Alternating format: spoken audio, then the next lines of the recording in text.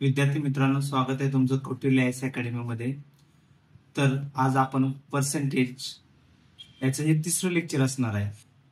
काल आपण 2 लेक्चर बघितले, आज हे तिसरं लेक्चर असणार आहे. तर हे लेक्चर आपल्याला एमपीएससी सॅट, यूपीएससी सॅट, ग्रुप बी, ग्रुप सी, पोलीस भरती, बँकिंग असेल, तुमची एसएससी असेल, रेल्वेची एक्झाम असेल किंवा आपल्या स्टेट बोर्डच्या ज्या वेगवेगळ्या सरळ सेवेच्या जे एक्झाम आहेत तर सगळ्यांसाठी हे उपयोग आहे. तर आधी आपण पर्सेंटेजचे 2 लेक्चर पाहिलेले आहेत. आज आपले हे तिसरं लेक्चर आहे, कारण की आपल्याला पर्सेंटेज हा खूप महत्वाचा चॅप्टर आहे. याच्यावरती आयोगाचे कंपल्सरी क्वेश्चन असतातच, म्हणून आपण याचे इन डेप्थ मध्ये बघतोय आपण, की जेणेकरून सगळे टाईप कव्हर होते आणि मोस्टली जास्त करून कसे आहेत आपले आयोगाचेच क्वेश्चन आहेत. चला पहिला काय क्वेश्चन आहे, ए ही किंमत बी पेक्षा मोठी असताना पी बरोबर ए चे 40% प्लस बी चे 65% आणि क्यू बरोबर ए चे 50% अधिक बी चे 50% आहे. तर या संदर्भात पुढील पैकी कोणते विधान सत्य आहे? बघा, आता हे आपल्याला सॉल्व्ह करायचे. आपण एक पेज ऍड करू.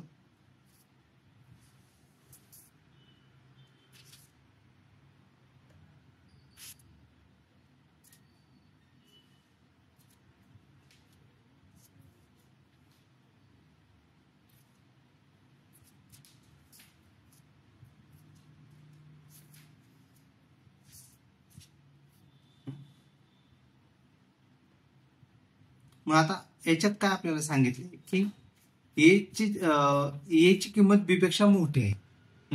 मग तुम्ही एक अजून करू शकता की ए ची किंमत एखादी घेऊ शकता तुम्ही. जर समजा मी ए ची किंमत आपण 100 घेतली, 100 घेणं सोपं जातं म्हणून कॅल्क्युलेशनला. आणि बी ची जर मी म्हटलं की अंदाजे बी पेक्षा मोठे आहे, तर बी ची काय घेऊ आपण, बी ची 80 घेऊ. बी ची 80 घेऊ. आता फक्त काय करायचं, पी काढायचं आपल्याला. मग पी बरोबर काय दिलेलं आहे, ए चे 40% अधिक बी चे 65%, म्हणजे ए चे 40% अधिक बी चे 65% दिलेले आहे. तर ए च काय करायचं, ए ची किंमत किती घेतली, 100 गुणिले 40 भागिले 100 अधिक बी चे किती घेतले, 80 गुणिले 65 भागिले 100. हे 100 गेले, कॅन्सल होईल. तर याचं काय राहील, 40 अधिक 80 गुणिले 65. तर हे काय होईल, 0 0 जाईल, कॅन्सल. 5 2 10, 5 1 5, 1 राहिले किती, झाले किती, 15, 5 3 15, म्हणजे 13 5 65, 2 8, म्हणजे 4 गुणिले 13. तर 40 अधिक 4 गुणिले 13, 13 2 26, 26 2 52, 13 52. तर 40 आणि अधिक किती झालं, 92 झालं. म्हणजे आपल्याला पी ची किंमत किती भेटली, 92 झाली.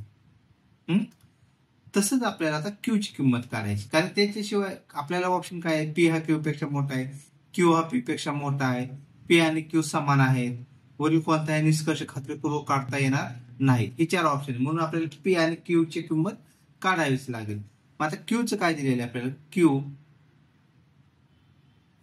बरोबर ए चे 50%, ए चे 50% अधिक बी चे 50%, बी चे 50%, ए चे 50% अधिक बी चे 50%. तर आता काय करायचं, ए ची किंमत किती आहे, 100 गुणिले त्याचे 50%, 50 भागिले 100 अधिक बी ची किंमत किती आहे, आपण घेतलेले 80 घेतलेले, बी ची इथं 80 घेतलेली ना, 80 म्हणजे 80 गुणिले 50 भागिले 100. तर याचं किती होईल, ही 100 कॅन्सल होईल, म्हणजे याची किंमत 50 येईल. आता हे 80, हे 2 शून्य गेले, 8 5 40 बरोबर किती झालं, 90. म्हणजे आपल्याला क्यू ची किंमत किती भेटली, 90. मग याच्यावर आपण काय म्हणू शकतो की पी हा क्यू पेक्षा मोठा आहे. पण आता काय करायचं, लगेच निष्कर्ष नाही काढायचा, लगेच निष्कर्ष नाही काढायचा. कारण की काय, जर आपण दुसऱ्या व्हॅल्यू घेऊन बघू, 2 व्हॅल्यू घेऊन नेहमी चेक करायच्या. जर मी पीच काय म्हणलं, पी बरोबर 100च घेतलं आणि क्यू बरोबर आता मी 60 घेतलं, बघा क्यू बरोबर 60, तर चेक करून बघू, म्हणजे जेणेकरून कन्फ्युजन नको आपलं. मग पी बरोबर काय आहे, पी बरोबर दिलेले आपल्याला ए चे 40%, पी बरोबर ए चे 40% अधिक बी चे 65%, बी चे 65%. तर ए ची किंमत किती आहे, 100. सॉरी, इथे ए आणि बी घ्यायचे, ए आणि बी घ्यावं लागेल ना. ए ची किंमत 100 घेतली, तर त्याचे 40% अधिक बी चे किती 60 गुणिले 65 भागिले 100, तर किती होते, हे 100 कॅन्सल झाले, बरोबर 40 अधिक 0 0 गेले कॅन्सल, 13 5 65 मागाशी बोललो होतो, 5 2 10, 42 6, 33 39, तर 40 आणि 39 किती झाले, हे 79 होईल. म्हणजे आपल्याला पी ची किंमत किती भेटली, 79 भेटली. पी ची किंमत 79 भेटली. आता आपण त्याच पद्धतीनं क्यू ची किंमत काढायची. क्यू बरोबर काय दिलेलं आहे,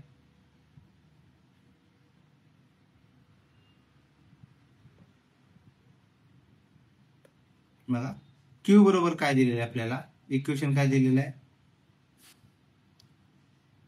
ए चे 50% अधिक बी चे 50%, ए चे 50% अधिक बी चे 50%. तर ए चे किती घेतलेले आपण इथं 100 घेतलेले आणि बी किती घेतलाय 60 घेतले, तर त्याचे 50% आपल्याला निम्म येतं, पण तरी आपण कॅल्क्युलेशन काढू. तर मग 100 गुणिले 50 भागिले 100 अधिक 60 गुणिले 50 भागिले 100, तर हे किती होते, 100 गेले कॅन्सल, 50 अधिक 0 0 0 0 65 30, 50 आणि 30 80 झालं. बघा आता हे किती झालं, 50 आणि 30 80 झालं. मग आता ह्या इक्वेशन वरून बघा पी ची किंमत किती आपल्याला भेटली, पी ची किंमत झाली 79 भेटली आणि क्यू ची किंमत भेटली आपल्याला 80. पण सुरुवातीच्या याच्यामध्ये आपल्याला पी ची किंमत किती भेटली होती, 92, आणि क्यू ची किंमत भेटली होती 90. तर आपण काय निष्कर्ष काढू शकतो, आपण हे म्हणू शकतोय का पी हा क्यू पेक्षा मोठा आहे, नाही, डेफिनेटली, म्हणजे ठामपणे आपण म्हणू शकत नाही की पी हा क्यू पेक्षा मोठा आहे. हे पण म्हणू शकत नाही की क्यू हा पी पेक्षा मोठा आहे, पी आणि क्यू समान आहेत, हे पण म्हणू शकत नाही. म्हणून आपलं उत्तर असणाऱ्या वरील पैकी कोणताही निष्कर्ष खात्रीपूर्वक काढता येणार नाही, हे आपलं उत्तर झालं. नेक्स्ट, बँकेशी केलेल्या करारानुसार एका व्यवसाय करणाऱ्या स्त्रीला व्याजरहित कर्जाचे परतावे समान रकमेच्या काही हप्त्यात परत करायचे आहे. 18 हप्ते दिल्यानंतर स्वतः 60% रक्कम फेडलेली आहे असे तिच्या लक्षात आले. करारात ठेवलेली हप्त्यांची संख्या निवडा. तर काय केलेले, एका स्त्रीनं कर्ज घेतलेले आपल्या, कर्ज घेतल्याने आपण ते इन्स्टॉलमेंट हप्ते वगैरे ठेवतो त्याप्रमाणे. तर तिने काय केले, 18 हप्ते भरलेले आहेत. तर तिला काय कळलं की बाबा माझी परतफेड आतापर्यंत 60% झालेली आहे. जर समजा 100 रुपये कर्ज असेल तर तिने किती फेडलेले असेल, म्हणजे 60 रुपये फेडलेले आहेत. तर आपल्याला काय काढायचंय, तर करारात ठरलेले म्हणजे करारामध्ये किती हप्ते ठरलेले होते हे आपल्याला काढायचं. करारामध्ये किती हप्ते ठरलेले होते. तर आपण काय करायचं अशा वेळेस, नेहमी 60% वगैरे सिंपल करण्यासाठी तिची कर्जाची रक्कम किती घ्यायची, कर्जाची रक्कम 100 घ्यायची, कर्जाची रक्कम 100 घ्यायची. तर 60%, 100चे 60% किती होते, 60% ऑफ 100, म्हणजे 100चं 60% किती होईल, 60 भागिले 100 गुणिले 100 म्हणजे 60 होते. बघा हे सिंपल आहे ना. आपण तर डायरेक्टच काय जण काढतात की 100चं 60% 60 असेल, पण मी इथं करून दाखवाल फक्त. मग आता आपल्याला एक गोष्ट लक्षात आली असेल की 60 रुपये फेडण्यासाठी तिला किती हप्ते भेटले, 18. तर मग 60 रुपयासाठी तिला 18 हप्ते भरावे लागतील. तर 100 रुपयासाठी किती हप्ते? 100 रुपयासाठी किती हप्ते? मग x बरोबर काय येईल? 18 गुणिले 100 भागिले 60. आपण काय करतो? यांचा तिरकस गुणाकार करतो. तर मग हा 0 कॅन्सल होईल. 18 म्हणजे तिला 30 हप्ते भरावे लागतील. जर आपल्याला असं विचारलं असतं की तिला अजून किती हप्ते भरावे लागतील, तर आपण काय केलं असतं की 60 साठी हे 30 आलेले आहेत. काय काय जण कसे करतील? ह्या 30 मधून 18 वजा करतील. हे किती? 2. अच्छा, 1 2 म्हणजे 12 हप्ते. काय काय जण कशी करतील की 60 साठी 18 तर राहिली किती किंमत? रक्कम 40. तर 40 साठी किती? तर x बरोबर किती आलं असतं? 18 गुणिले 40 भागिले 60. 6 6 गेले 6 18 3 12. x बरोबर 12 आलं. तर म्हणजे हे अशा पद्धतीने आपल्याला जसं क्वेश्चन विचारलंय तसं ते आपण आन्सर द्यायचं. जर आपल्याला विचारलं असतं अजून किती हप्ते, तर आपलं उत्तर आलं असतं 12 आणि टोटल विचारले म्हणून आपलं उत्तर आहे 30. ऑप्शन क्रमांक 3 हे उत्तर द्या. पुढचे बघा. 3 चौकार व 8 षटकार मिळून 110 केलेल्या फलंदाजाच्या पळून काढलेल्या धावांची टक्केवारी किती आहे? म्हणजे एक बॅट्समन आहे, त्याने काय केले? 3 चौकार मारलेत, 8 षटकार मारलेत आणि त्याची एकूण धावा किती झालेल्या आहेत? 110. तर ते काय आपल्याला म्हणतात की बाबा त्याने पळून काढलेल्या धावांची टक्केवारी काढायची. आपल्याला फक्त धावा किती काढल्या हे नाही काढायची, त्याची टक्केवारी काढायची. तर पहिल्यांदा आपण 3 चौकार व 8 षटकारांच्या धावा किती होत्या ते काढ.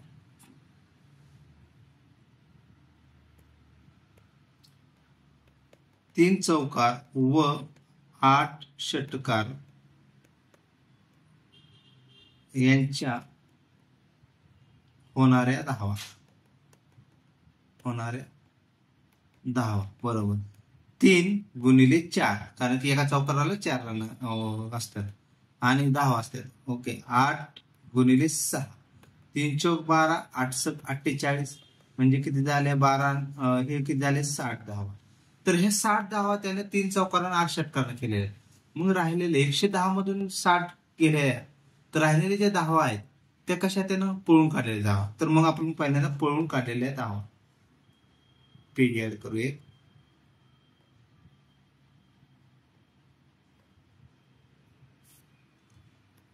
फलंदाजाने पळवून काढलेल्या धावा बरोबर 110 मधून ह्या जे 60 आहेत त्या वजा करावे लागतील. म्हणजे 110 तुम्ही 110 मधून 110 आहेत ना आपल्याला, 110 मधून 60 गेले, राहिले किती? 50 धावा ह्या त्याने पळून काढल्या.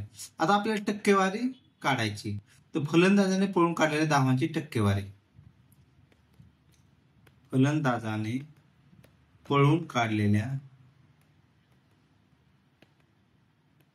धावांची टक्केवारी किती असते? किती पळून धावा काढल्यात? 50 भागिले एकूण धावा किती आहेत? 110 गुणिले 100. तर आपलं किती झालं? हा 0 गेला कॅन्सल, म्हणजे 500 भागिले 11. तर किती होईल? अकर चोक 44. म्हणजे आपण सेपरेट करू. 500 भागिले 11, अकर चोक 44 वजा 6 बाकी राहिले 0, 11 5 55 केल्यानंतर शिल्लक काय राहिले? 5. तर आपलं उत्तर काय आलं? 45/511%. ऑप्शन आहे का आपला? 45/511% एवढे. हे झालं आपलं उत्तर. मग जर आपल्याला असं विचारलं असतं की त्याने षटकार आणि चौकार याने किती टक्के धावा काढल्या, तर आपण कसं केलं असतं ते पण बघू. कारण की आपल्याला मल्टिपल क्वेश्चन सॉल्व्ह करण्यापेक्षा एकाच क्वेश्चन मध्ये आपण मल्टिपल डायमेन्शन देखील विचार करू शकतो. तर किती होईल?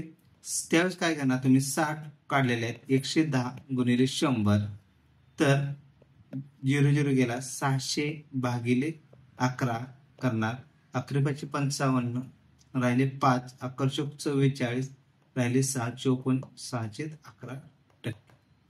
तर हे आपलं उत्तर त्यावेळेस आलं असतं. म्हणजे जर आपल्याला फक्त त्यांनी चौकार आणि षटकार यांची जे टक्केवारी विचारली असते तर उत्तर काय असतं आपलं 54/6/11. पण आपल्याला विचारले कशाची, पळून काढलेल्या धावांची, म्हणून 45/5/11. बघा, एका गटात 15 व्यक्ती आहेत, त्यातील 7 व्यक्ती फ्रेंच, 8 व्यक्ती स्पॅनिश भाषा बोलतात, 3 व्यक्ती एकही परदेशी भाषा बोलत नाहीत. तर सर्व व्यक्तीतील या दोन्ही भाषा बोलणाऱ्या व्यक्तींचे भाग निवडा. म्हणजे काय आहे, आपल्याला एकूण व्यक्ती किती आहेत, एकूण व्यक्ती किती आहेत 15. परत ते काय म्हणतात, त्याच्यातील 3 व्यक्ती एकही भाषा बोलत नाही. ह्या 3 ज्या व्यक्ती आहेत ते एकही भाषा बोलत नाहीत. 3 व्यक्ती एकही भाषा बोलत नाहीत, एकही भाषा बोलत नाहीत. म्हणजे भाषा बोलणाऱ्या व्यक्ती किती झाल्या, भाषा बोलणाऱ्या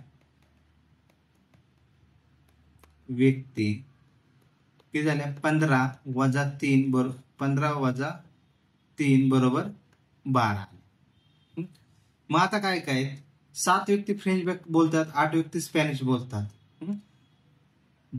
म्हणजे याच्यामध्ये दोन्ही भाषा बोलणाऱ्या व्यक्ती किती असू शकतात. तर आपण काय काढायचं, पहिल्यांदा फ्रेंच अधिक स्पॅनिश यांची बेरीज करायची. फ्रेंच भाषा किती जण बोलतात 7, स्पॅनिश किती 8, 7 आणि 8 15. तर 15 जण झाले. पण आपल्याला आपण काय काढले की 12 जण बोलतात भाषा. तर 12 जण भाषा बोलतात. मग हे वरचे जे 3 आलेले आहेत एक्स्ट्रा, तर ते कशामुळे आले, तर ते 3 जण 2 भाषा बोलत असतील ना, त्याच्यामुळे ते आले. तर म्हणून 2 भाषा बोलणाऱ्या व्यक्ती कशा काढायच्या, 2 भाषा बोलणाऱ्या व्यक्ती बरोबर एकूण किती आहेत आपले 2 किती आले आहेत, हे फ्रेंच आणि स्पॅनिश 15 आले, 15 वजा 12 बरोबर 3 आले. तर आपल्याला काय विचारले, तर सर्व व्यक्तीतील दोन्ही भाषा बोलणाऱ्या व्यक्तींचा भाग निवडा. तर सर्व व्यक्तीतील दोन्ही भाषा बोलणाऱ्याचा भाग किती, 3/15 तर 1/5. बघा ऑप्शन आहे चौथा. आता बघा काय काय वेळेस आपण काय होऊ शकतो, आता इथे 3 आले म्हणजे ह्या ऑप्शन मध्ये काय गडबडीत 3 आहे, 3 मारून टाकायचं असं नाही. तर आपल्याला काय कशाशी विचारलं होतं की त्यांनी सर्व व्यक्तीशी दोन्ही भाषा बोलणाऱ्या व्यक्तींचा भाग निवडायचा आहे. तर 3/15. जर आपल्याला असं विचारलं असतं की प्रत्येकी भाषा बोलणाऱ्या व्यक्तींचा भाग निवडा, तर आपण काय केलं असतं, तर हे 12/15 केलं असतं. ओके, चला पुढं. एका परीक्षेमध्ये 35% विद्यार्थी पास झाले व 455 विद्यार्थी नापास झाले, तर त्या परीक्षेला एकूण किती विद्यार्थी बसले होते, गट क पूर्व परीक्षा. आता हे कोणी कोणी कसं कसं सॉल्व्ह करते, हे दोन्ही पद्धती आपण सॉल्व्ह करू. म्हणजे एक परीक्षा झाली, त्यात 35% विद्यार्थी पास झाले व 455 विद्यार्थी नापास झाले.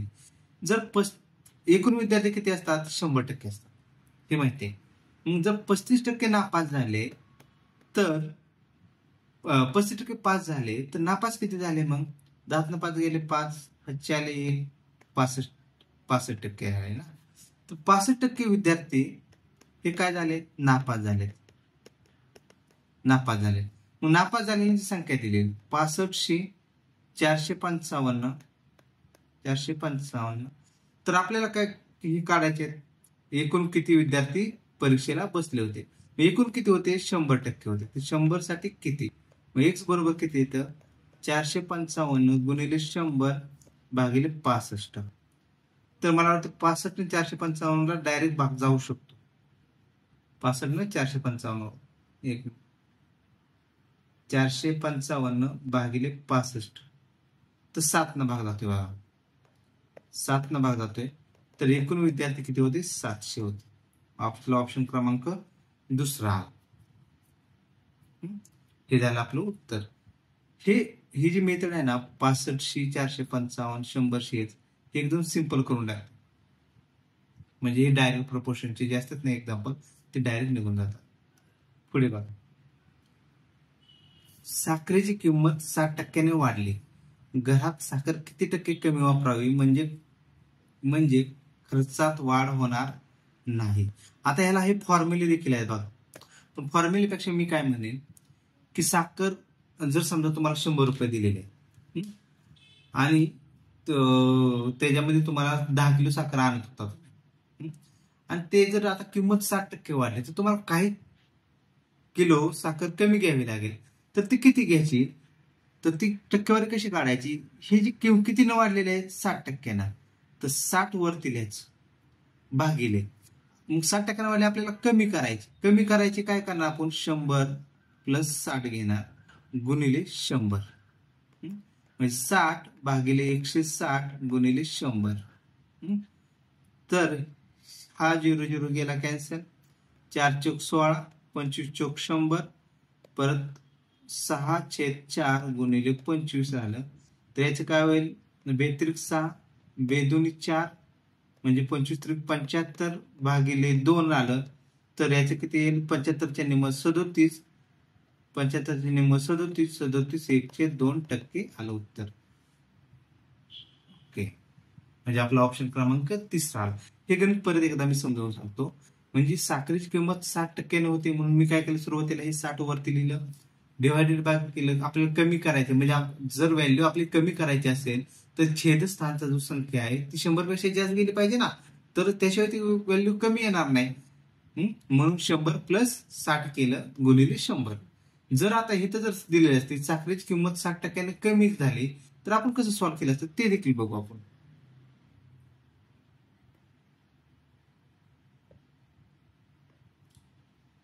जर साखरेची किंमत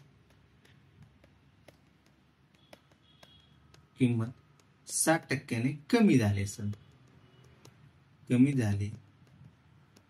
तर त्याचं कंझम्पशन म्हणजे किती वापर वाढवावा लागेल, वापर किती टक्के वाढवावा लागेल.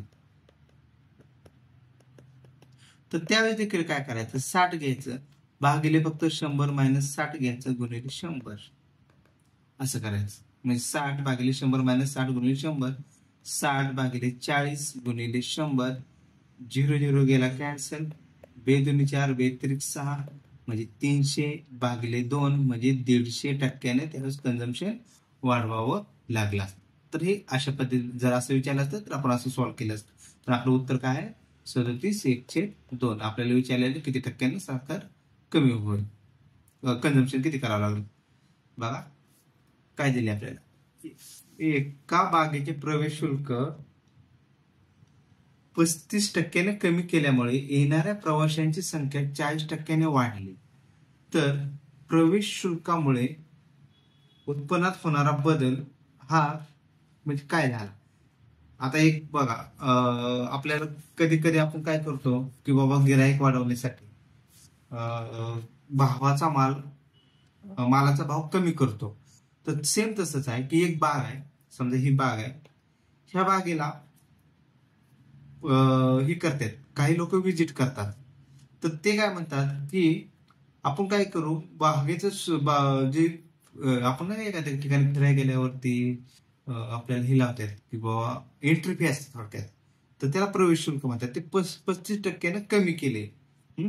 तर प्रवाशांची संख्या किती वाढली 40% वाढली. तर प्रवासी शुल्कामुळे होणारा उत्पन्नात बदल हा किती असेल. जर समजा मी असं म्हणलं की सुरुवातीचे जे प्रवेश शुल्क होते,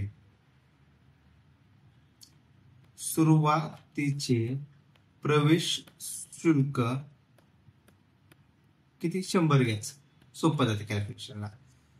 तर 100 होते. मग आता पहिल्यांदा 100 होते, आपण एक अजून करू की सुरुवातीला भेट देणाऱ्या प्रवाशांची संख्या ही पण 100च घेऊ. सुरुवातीला भेट देणाऱ्या प्रवाशांची संख्या बरोबर 100.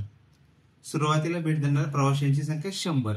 तर आता 100 प्रवासी गेले, 100 शुल्क आहे, तर आपण एकूण उत्पन्न पहिल्यांदा काढू शकतो. सुरुवातीचे उत्पन्न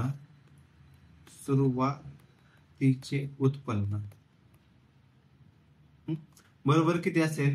हे 100 कुठले? प्रवेश शुल्क गुणिले 100 व्यक्ती, बरोबर. एकावरती 1 2 3 4 शून्य झाले, तर किती होईल? 10,000 रुपये उत्पन्न येईल. आता त्यांनी कंडिशन काय सांगितली की प्रवेश शुल्क 35% कमी केलेले आहे. तर मग नवीन प्रवेश शुल्क किती असेल? नवीन प्रवेश शुल्क किती असणार आहे? 100 मधून 35 वजा करायचे. त्या टक्केवारी 100ला एवढं काय फरक पडत नाही. 100 वरून 35 वजा केले तर किती होते? 65.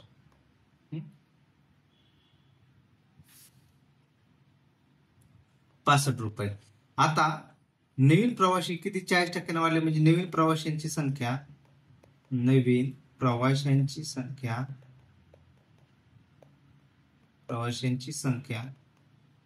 बरोबर 40% वाढली, म्हणजे 140 आहे.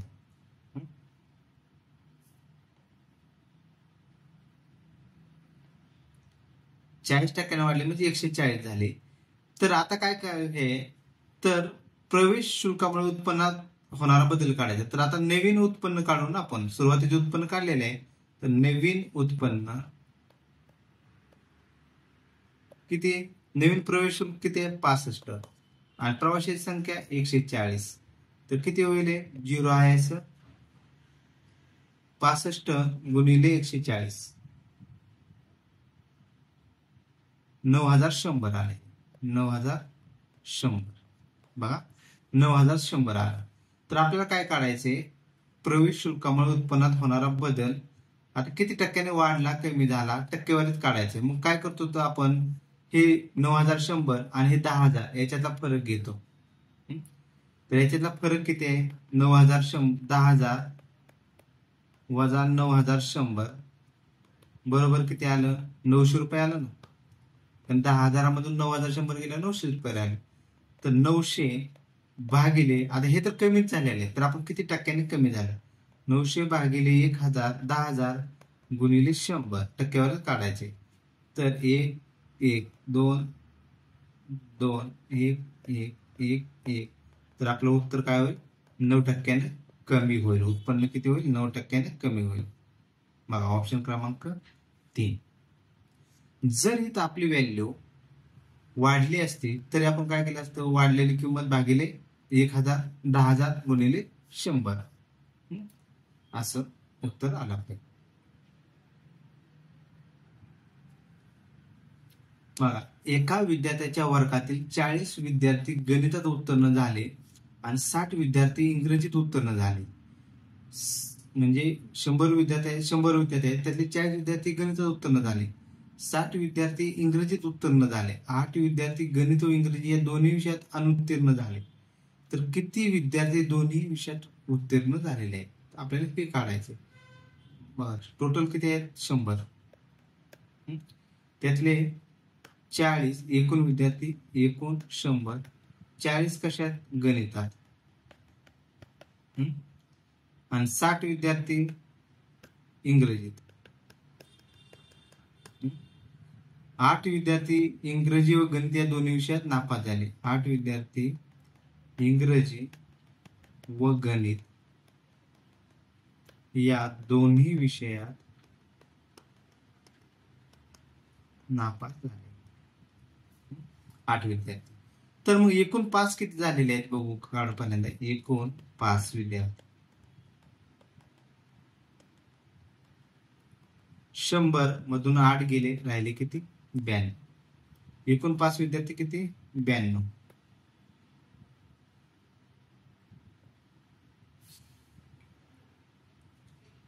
एकूण 5 विद्यार्थी झाले, 92 झाले. तर आता आपल्याला काय काढायचे की दोन्ही विषयात पास झालेले विद्यार्थी दोन्ही विषयात कसे सापडतात? आपण नेहमी काय करतो? गणित आणि इंग्रजी ह्या दोघांची बेरीज करायची. गणितात व इंग्रजीत पास झालेले पास झालेल्या विद्यार्थ्यांची संख्या बरोबर गणितात किती आहे 40 आणि इंग्रजीत 60. 40 अधिक 60 बरोबर किती 100. बघा 100. तर आपण काय म्हणतोय की एकूण विद्यार्थी किती पास झालेत 92 आणि गणित आणि इंग्रजीमध्ये किती झाले दोघांची बेरीज केली तर 100 भरते. मग हे जे वरचे जे 8 एक्स्ट्रा आहेत ते कशामुळे आले तर ते दोन्ही विषयात पास झाल्यामुळे ना. म्हणून दोन्ही विषयातील पास विद्यार्थ्यांची संख्या दोन्ही विषयातील पास विद्यार्थ्यांची संख्या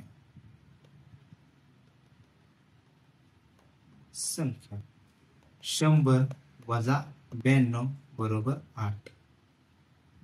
म्हणजे 8 विद्यार्थी हे दोन्ही विषयात पास झाले. उत्तर आपलं तिसरं. पुढचं घे.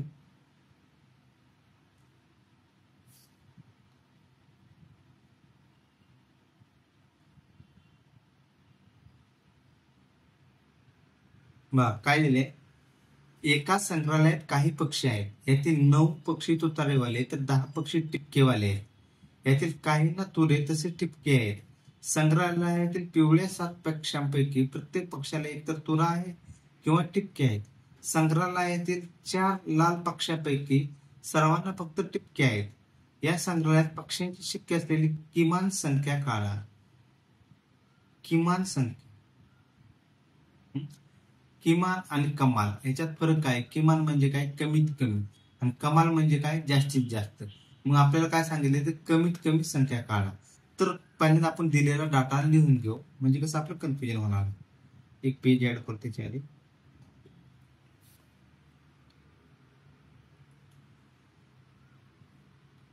नऊ पक्षी तुरेवाले आहेत 10 पक्षी टिपकेवाले आहेत. काहींना तुरे आहेत तसे टिपकेच आहे. ओके पिवळ्या 7 पक्ष्यापैकी प्रत्येक पक्षाला एक तर तुरा आहे किंवा टिपका आहे. 7 पक्षी आहेत त्यांना एक तर तुरा आहे किंवा ठिपका आहे. त्याच्यानंतर पुढे काय दिलेलं आहे 4 लाल पक्षापैकी सर्वांना फक्त टिपके आहेत. 4 लाल पक्षी त्यांना काय फक्त टिपके आहेत. तर या संग्रहातील पक्षांची काय असेल किमान संख्या काढा. तर एक लक्षात घ्या आता काय करायचं आपल्याला जी डबल काउंट होते ते फक्त इलिमिनेट करायच्यात. मग आता पहिल्यांदा आपण ठिपके असलेले काढणं सोपं आहे. तर मग पहिल्यांदा किती ठिपकेवाले आहेत 10 ठिपकेवाले आहेत. तर त्याच्यातले जर लाल ठिपकेवाले जर वगळले आपण तर पिवळे ठिपकेवाले पक्षी किती ठिपके वाले पक्षी कारण त्या पिवळ्या टिपकेवाल्या पक्षांना एक तर तुरा आहे किंवा टिपका आहे. तर एकूण टिपकेवाले 10 आहेत त्याच्यातून 4 गेले म्हणजे राहिले 6. तर पिवळे ठिपकेवाले पक्षी किती आपण म्हणू शकतो 6 घेऊ शकतो. तर राहिलेले किती आहेत 7 पिवळे आहेत ना. तर तुरेवाले पक्षी किती झाले तुरेवाले पिवळे पक्षी किती असू शकतात पिवळे पक्षी तुरेवाले पिवळे पक्षी 7 मधून 6 गेले तर 1 असू शकतो कारण की हे किती आहेत 6 आणि 7 पिवळे पक्षी फक्त 7च आहेत ना 7 वजा 6 1 आले तर हे झाले. मग आता तुरेवाले राहिलेले पक्षी किती असतील तुरेवाले राहिलेले पक्षी 9 वजा 1 बरोबर 8. तर एकूण पक्षी किती होतील मग एकूण पक्षी बघा लाल ठिपकेवाले पक्षी लाल ठिपके वाले पक्षी अधिक तुरेवाले पिवळे पक्षी टिपकेवाले पिवळे पक्षी हो टिपके वाले पिवळे पक्षी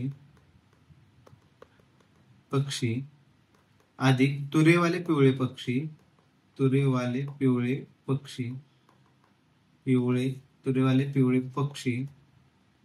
अधिक तुरेवाले राहिलेले पक्षी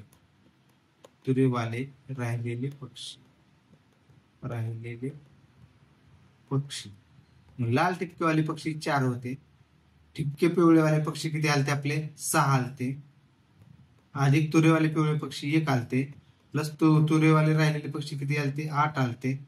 तर याची किती बेरीज? 6 आणि 4 10, 10 आणि 11 आणि 8 एक 19, म्हणजे कमीत कमी 19 पक्षी पाहिजेत. उत्तर ऑप्शन क्रमांक पहिला आपले हे उत्तर आहे. म्हणजे कमीत कमी पक्षी किती पाहिजे होते? 19 पाहिजे होते.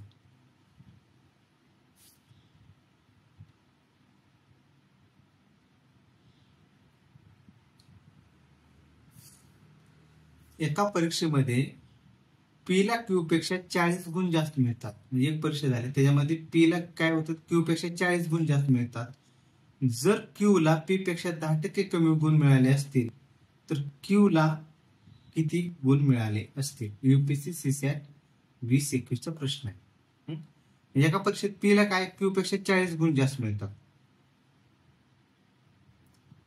मग आपण असं करू समजू ना की पी ला 100 गुण मिळतात.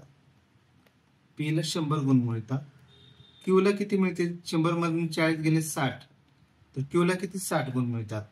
जर क्यू ला, आता कंडिशन दिली, जर क्यू ला पी पेक्षा 10% कमी गुण मिळाले असतील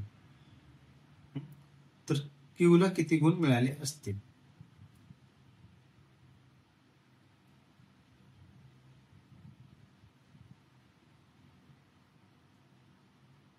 ओके, तर हे काय म्हणतात की ह्या दोघांचा डिफरन्स किती आहे? फक्त 40चा जो फरक आहे तो किती आहे? 10% आहे.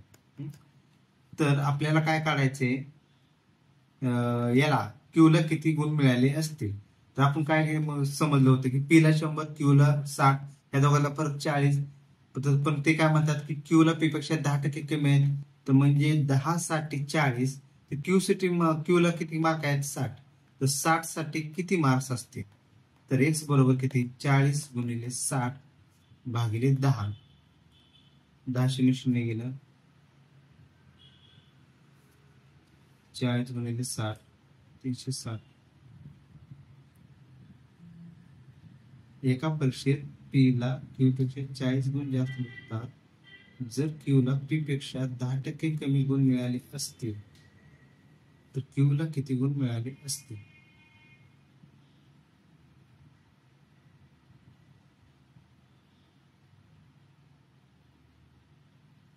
तर हे किती होते? 240 240 नाही. बघा, हे यूपीएससीचे प्रश्न असे असतात. आपल्याला काय करायचं आता? वेगळ्या पद्धतीने जरा याच्यामध्ये काय त्यांनी हिडन डाटा दिला का ते चेक करून. एका परीक्षेमध्ये पी ला क्यू पेक्षा 40 गुण जास्त मिळतात. जर क्यू ला पी पेक्षा 10% कमी गुण मिळाले असतील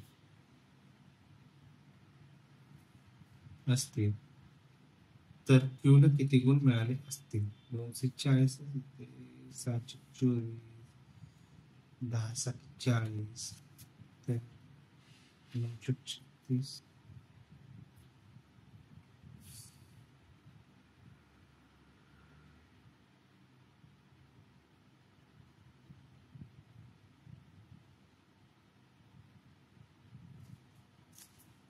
आता हे काय ना काय बरं का?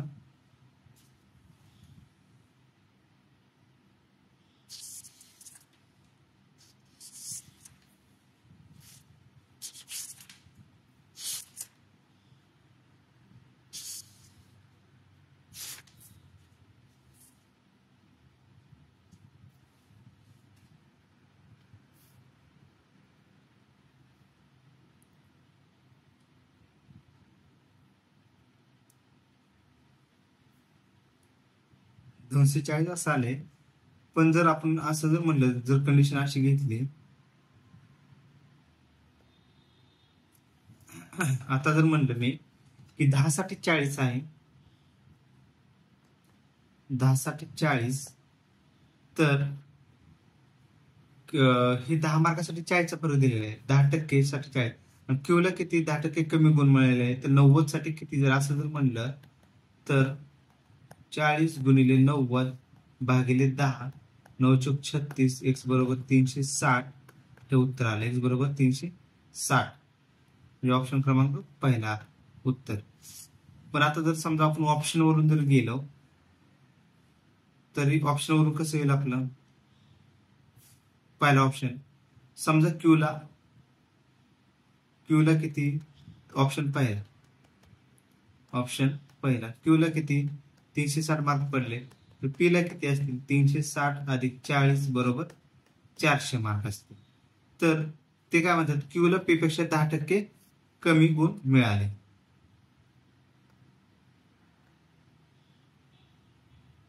क्यूला पी पेक्षा 10% कमी गुण मिळाले म्हणजे क्यू बरोबर पी मायनस पीच्या 10%. 10%, सॉरी 100 नाही घ्यायचं आता. मग क्यू ची किंमत 360 घेतलेली आहे, पी ची 400 वजा पी ची किती 400 गुणिले 10 भागिले 100 बरोबर किती होईल 360 बरोबर 400 वजा हे 100 कॅन्सल 40 360 बरोबर 360 उत्तर बरोबर. म्हणजे आपला ऑप्शन क्रमांक पहिला हे उत्तर असेल. पण इथे पण आपण कसं काढलं होतं की 10 साठी 40 10% कमी केले म्हणून किती 90 साठी किती, तर 40 गुणिले 90 भागिले 10, तर 360 आपल्या ह्या पद्धतीने देखील आलं शॉर्टकटनं. पण ते कधी, जर आपण हे 100चे 10% कमी करून घेतल्यानंतर. पण ऑप्शनवरून सोपं गेलं मला वाटतं. पुढचं काय क्वेश्चन दिले आपल्याला. 120 व्यक्तींच्या एका समूहामध्ये 80 व्यक्ती भारतीय आहेत व उर्वरित व्यक्ती परदेशी नागरिक आहेत. या समूहातील 70 व्यक्ती इंग्रजी बोलू शकतात, तर इंग्रजी बोलू शकणाऱ्या भारतीयांची संख्या किती असेल. UPSC set 2021.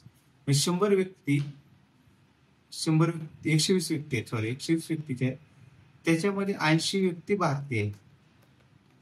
भारतीय उर्वरित व्यक्ती परदेशी नागरिक आहेत. मग राहिलेली किती उर्वरित 120 वजा 80 बरोबर 40 व्यक्ती हे परदेशी आहेत.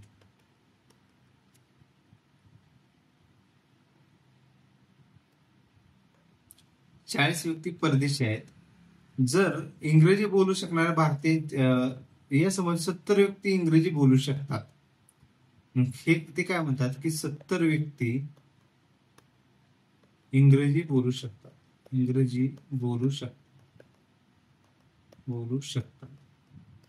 70 व्यक्ती जर इंग्रजी बोलू शकतात, तर इंग्रजी बोलू शकणाऱ्या भारतीयांची संख्या किती.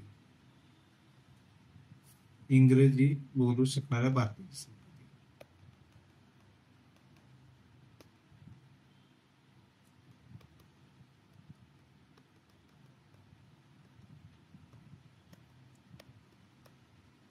बघा. याच्यामध्ये बघा 2 कंडिशन. जर आता हे 40 जर आपण म्हणजे कंडिशन पहिली आपण जर असं म्हणलं की 40 परदेशी इंग्रजी बोलतात, 40 परदेशी इंग्रजी बोलतात,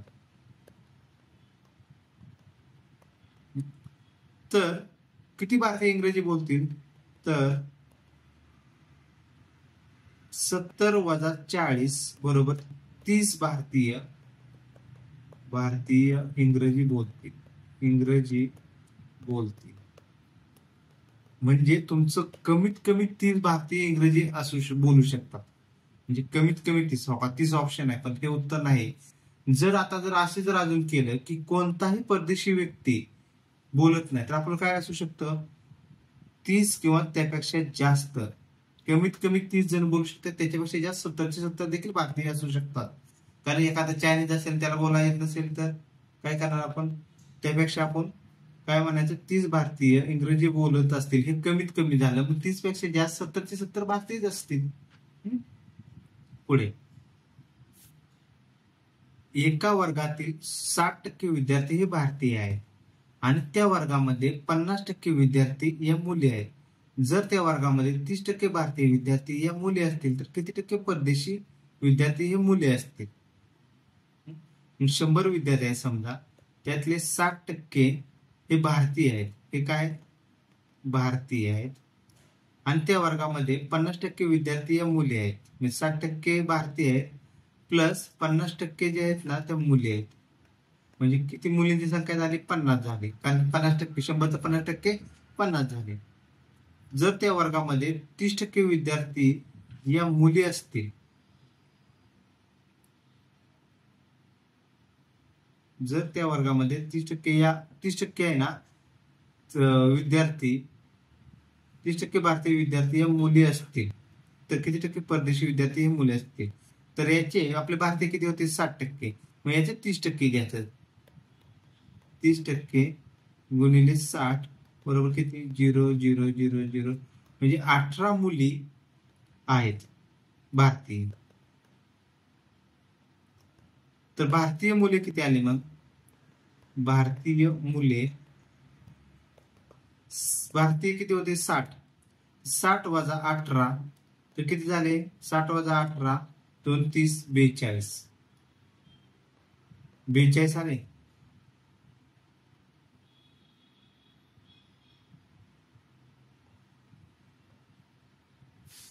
तर 42.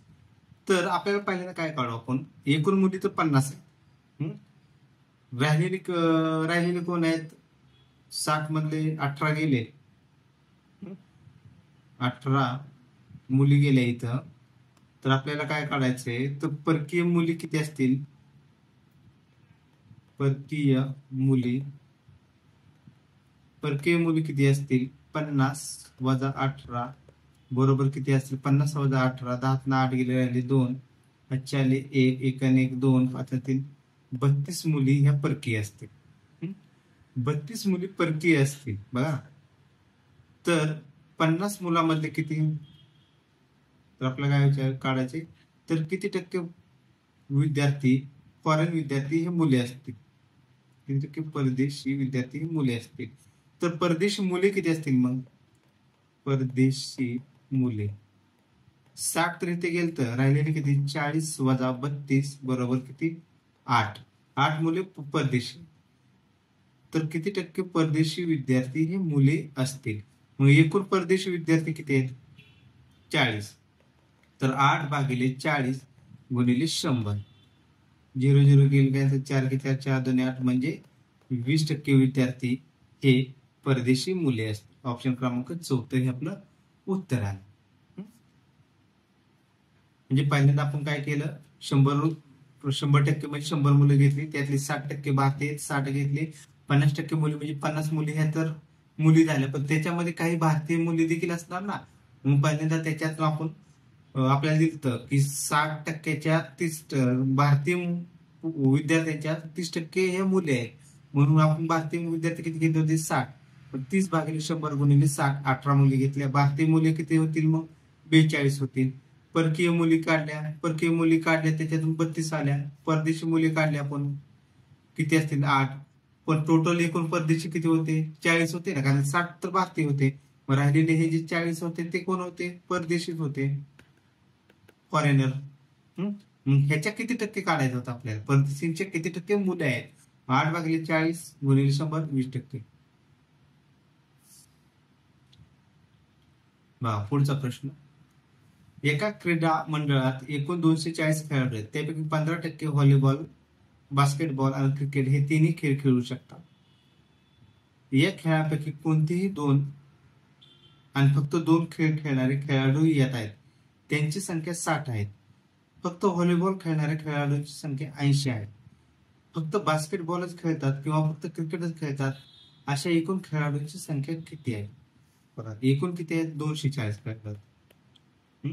तर ते काय म्हणतात? 15% व्हॉलीबॉल, बास्केटबॉल आणि क्रिकेट हे तिन्ही खेळ खेळू शकतात. तिन्ही खेळ खेळू शकणारे विद्यार्थी, तिन्ही खेळ खेळू शकणारे विद्यार्थी बरोबर 240च्या किती 15%, 15 भागिले 100, 0 0 गेले, 5 5 त्रिक 15, 5 दुनी 10, 12 दुनी 24, 12 त्रिक 36, 36 विद्यार्थी हे तिन्ही खेळ खेळू शकतात. आता ते काय म्हणतात, कोणतेही दोन आणि फक्त दोन खेळाडू आहेत त्यांची संख्या 60. फक्त व्हॉलीबॉल खेळणाऱ्यांची संख्या आपल्याला 80 दिलेली आहे.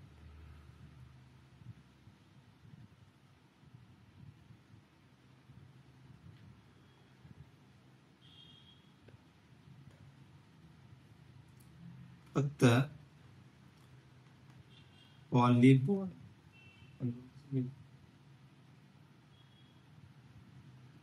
व्हॉलीबॉल व्हॉलीबॉल खेळणाऱ्या विद्यार्थ्यांची संख्या, खेळाडूंची संख्या 80.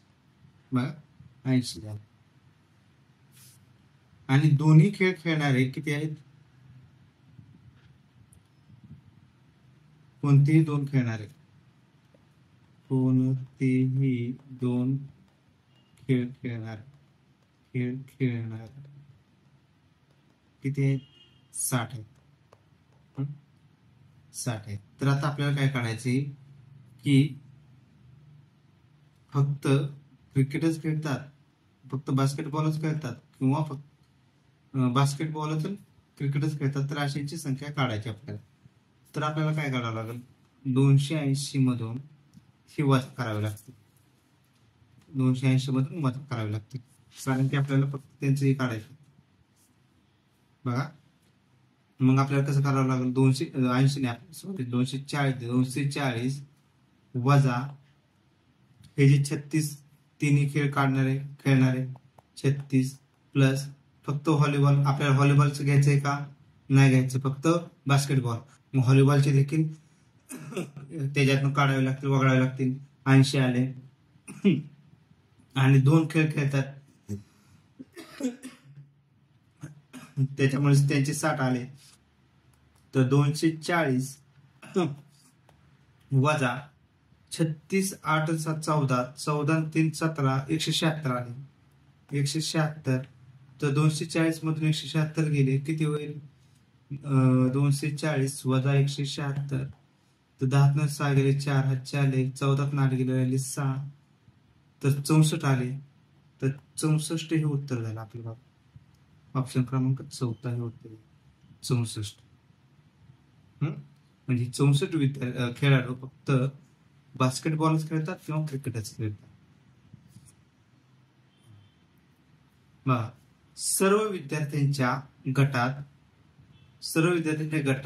3/5 मुले आहेत आणि यातील 1/3 मुलींनी इंग्रजीमध्ये 75%च्या वर गुण मिळवले. जर 15 मुलींनी इंग्रजीमध्ये 75%च्या वर गुण मिळवले असतील तर मुली नसलेल्या विद्यार्थ्यांची संख्या दर्शवणारा पर्याय निवडा. म्हणजे सर्व विद्यार्थी आहेत त्या 3/5 मुले आहेत आणि त्याच्या 1/3 मुलींनी इंग्रजीमध्ये 75% मार्क मिळवले. जर 15 मुलींनी इंग्रजीमध्ये 75%च्या वर गुण मिळवले असतील तर मुली नसलेल्या विद्यार्थ्यांची संख्या दर्शवणारा पर्याय निवडा. बघा आपल्याला कसं सॉल्व्ह करावं लागेल, विद्यार्थ्यांच्या गटात 3/5 मुले आहेत,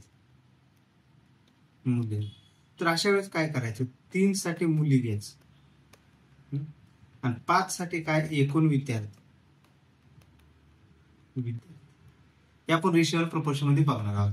पण हे कसं होतं की 3 साठी मुली का घेतल्या मी, की 3/5 मुली आहेत आणि 5 म्हणजे 5चा 3रा भाग हा मुली आहेत, म्हणून 3 मुली घेतल्या, 5 विद्यार्थी घेतल्या. आता ते काय म्हणतात की यातील 1/3 मुलींनी, म्हणजे 3 मुली आहेत त्याच्या 1/3 मुलींनी 75च्या वर गुण मिळवले. तर 3च्या 1/3 किती होते, 1. तर आपण जे रेशिओच्या स्वरूपात घेतले ना, तर त्याचे 1 म्हणजे काय, 1 मुलींनी 75च्या वर गुण मिळवले, तर त्या मुलींची संख्या किती आहे, 15 मुलींनी गुण मिळवले. तर 1 बरोबर किती होईल, 15. 1 बरोबर 15 आला आपला. तर आपल्याला काय काढायचं, 5 बरोबर किती असेल, 5 बरोबर किती, 1 बरोबर 15, तर x बरोबर किती, 15 गुणिले 5, 15 60, 75 आले. म्हणजे एकूण विद्यार्थी किती आले, 75. पण आता आपल्याला काय काढायचे, फक्त मुली नसलेल्या विद्यार्थ्यांची संख्या काढायची. तर मुली किती होत्या, 3. तर काय करणार आपण, तीनासाठी किती, तीनासाठी किती,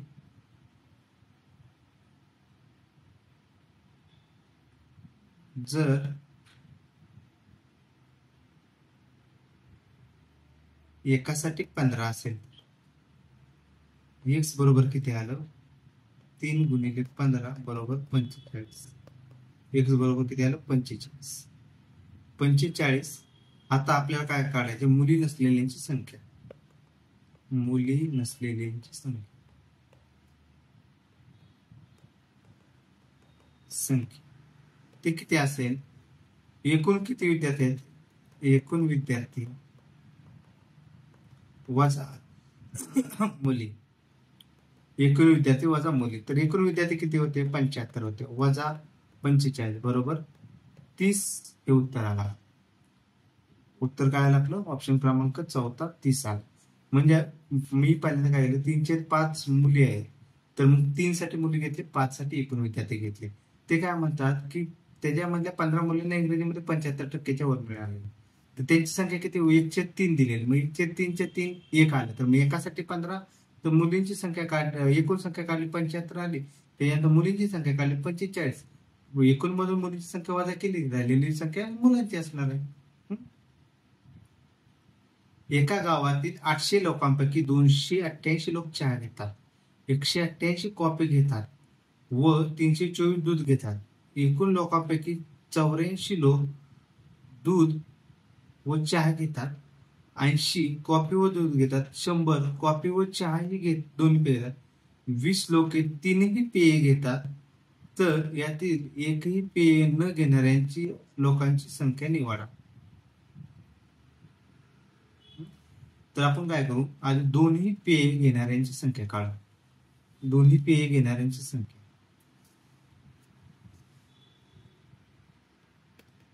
दोन्ही पेय घेणाऱ्यांची संख्या,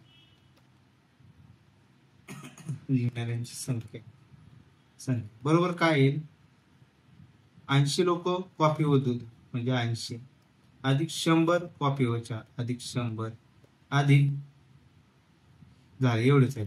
हे किती होईल, 180 होईल. 20 लोक हे तीनही पेय घेतात, तीनही पेय घेणाऱ्यांची संख्या बरोबर 20 आहे. तर आता काय करू आपण, तर एकही पेय न घेणाऱ्यांची संख्या, आता बघा, चहा अधिक कॉफी व दूध यांची बेरीज किती ते बघू. चहाची किती, 288, कॉफीची 188 अधिक 324, 288 अधिक 188 अधिक 324 त्यांचं बेरीज करू. 288 अधिक 188 अधिक 324 800 आलं, अधिक किती आलं, 800 आलं. पण आता याच्यामध्ये काही रिपीट पण आहेत, हे रिपीट कोण, हे डबल पिणाऱ्याने घे. तर 800 मधून ठीक आहे,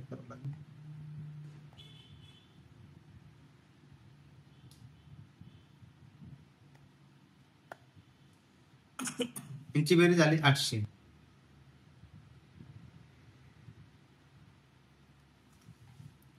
तर 800 मधून आपण पहिल्यांदा काय करू, दोन्ही पेय घेणाऱ्यांची संख्या हे करू.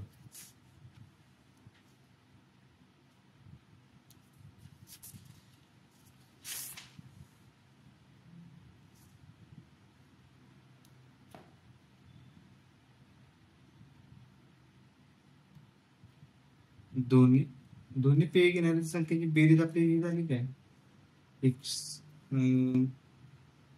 हा सॉरी, याच्यामध्ये आपल्याला अजून इथं 84 ऍड करायचं आहे. अधिक 84 बरोबर किती? 180 अधिक 84 म्हणजे 264 आले. 264 आले. तर आपल्याला काय करावं लागेल? हे 264 अधिक 20 म्हणजे किती? कसं मांडावं लागेल आपल्याला?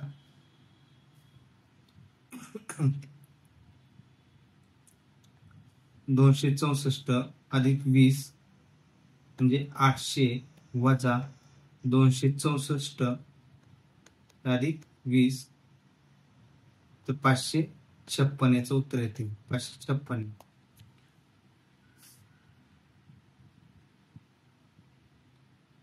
264 अधिक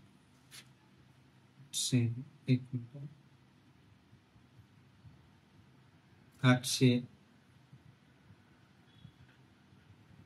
वजा 264 अधिक 20 556. तर आपल्याला उत्तर काय असेल? एकूण एकही पेय न घेणाऱ्या लोकांची संख्या किती असेल ते काढायचे. आता एकूण एकही पेय न घेणाऱ्या लोकांची संख्या बरोबर 800 मायनस 256 बरोबर 244 आले. 244 आपलं उत्तर काय आलं? हे 244 हे उत्तर आलं. ओके, आज आपण इथेच थांबू.